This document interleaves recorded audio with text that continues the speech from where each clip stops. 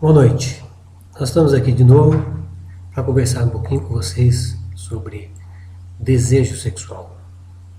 Mais especificamente, o desejo na raça humana e algumas disfunções de desejo que são muito frequentes e que é importante cada um de vocês ter uma noção do que é uma disfunção sexual.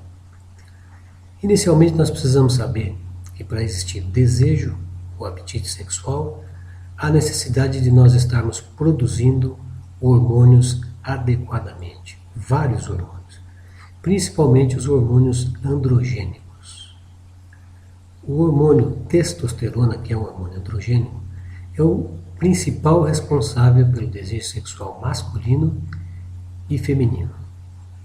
Há pouco tempo se achava que o desejo na mulher estava vinculado aos hormônios femininos.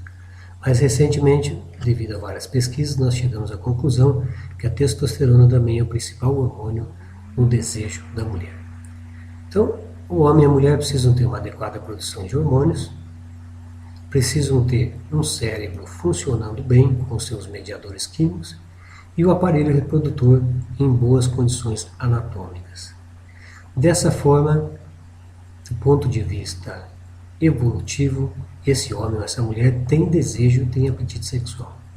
A grande importância do desejo é que ele aproxima as pessoas. Ele é a grande motivação da procriação. É o que o Criador colocou no ser humano para que ele se aproxime, para que os seres humanos se aproximem e possam gerar, então, outros seres humanos. Sem desejo, não há aproximação. Sem aproximação, a espécie humana seria extinta. O desejo sofre influência de diversos fatores. Fatores orgânicos, fatores sociais, fatores psicológicos. A gente acabou de citar a importância da testosterona para a manutenção e a existência do desejo do homem e da mulher. Além disso, nós temos diversos fatores estimulantes e fatores depressores do desejo.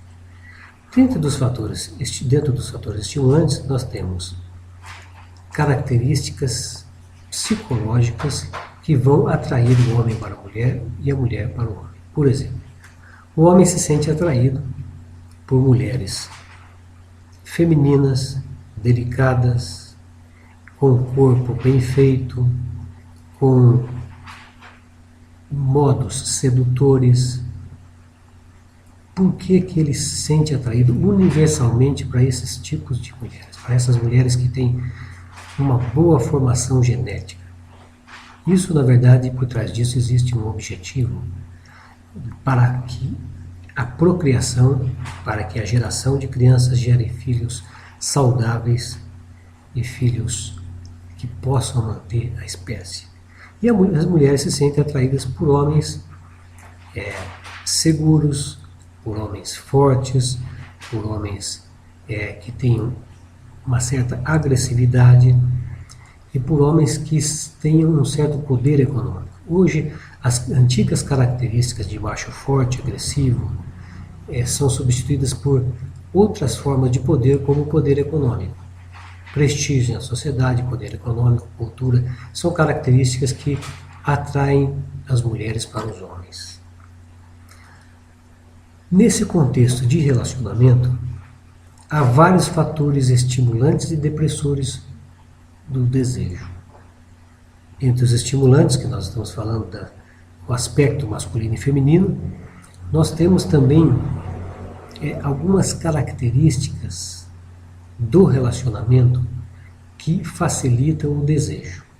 Por exemplo, um bom contato físico, uma boa higiene, afetividade, valorização de características positivas do parceiro, ignorarmos os defeitos do parceiro, ou seja, nós nos tornarmos cegos para os defeitos e valorizarmos as qualidades. Tudo isso vai fazer com que o desejo aumente. Acontece que algumas pessoas manobram esses efeitos estimulantes e depressores de um modo doentio. Então eles acabam exagerando os fatores depressores do desejo. Como, por exemplo, valorizar as características negativas do parceiro, focar nos defeitos, sabotar o encontro. Na hora do encontro, da intimidade, eles inventam desculpas, atividades. Existem também antifantasias, onde as pessoas imaginam agressões, imaginam, por exemplo, que há alguma coisa debaixo da cama, ou que estão em praça pública e de repente o guarda chegou, a polícia chegou e está ameaçando. Então imaginam situações negativas, antifantasias que vão desligar o seu desejo. Então essas pessoas na verdade estão sabotando, estão enganando o seu centro sexual cerebral, dizendo para ele que na verdade é uma situação de emergência, de fuga ou de luta. Então vai produzir adrenalina, vai produzir tensão, vai produzir medo, que são sensações que não combinam com o desejo. O desejo diminui ou desaparece quando essas sensações surgem.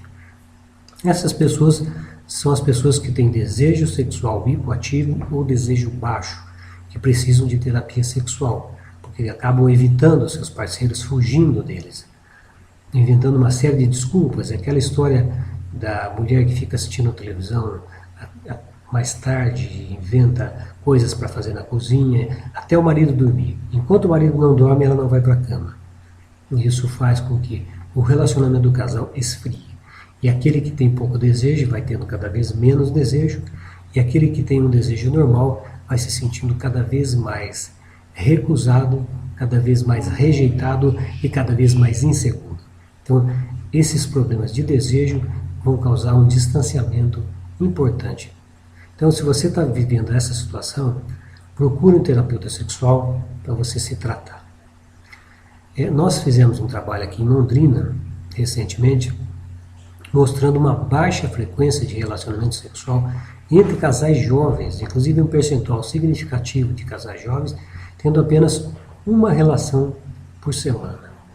Eu relato no meu livro, chamado O Cristão e o Prazer Sexual, em um capítulo só sobre desejo sexual, eu relato como que essas disfunções interferem de um modo extremamente negativo no relacionamento do casal.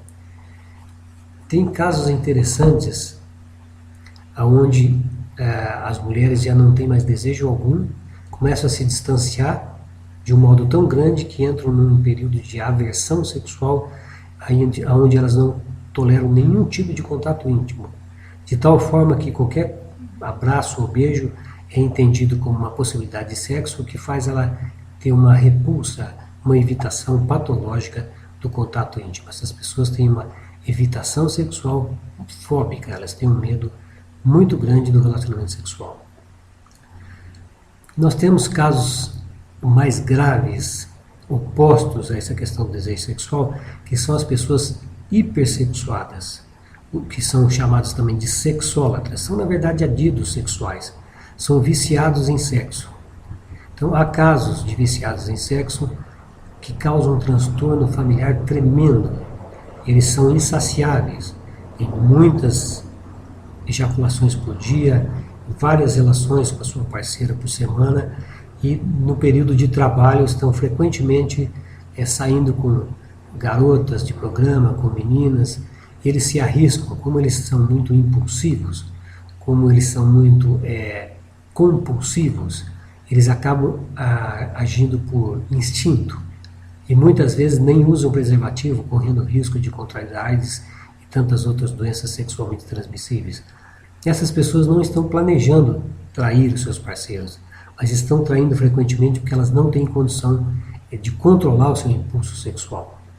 Então, esses sexólatras precisam urgentemente serem tratados. Eles são ansiosos e muitas vezes depressivos, não só com a terapia sexual convencional, mas muitas vezes nós temos que fazer também uso de drogas psiquiátricas, antidepressivos e às vezes psicoterapia, a gente conseguir um resultado mais positivo, mais palpável, para que essas pessoas tenham um controle maior sobre o seu desejo sexual e uma diminuição desse desejo, para que eles fiquem dentro de um desejo sexual normal, ainda com desejo, mas com um desejo controlado.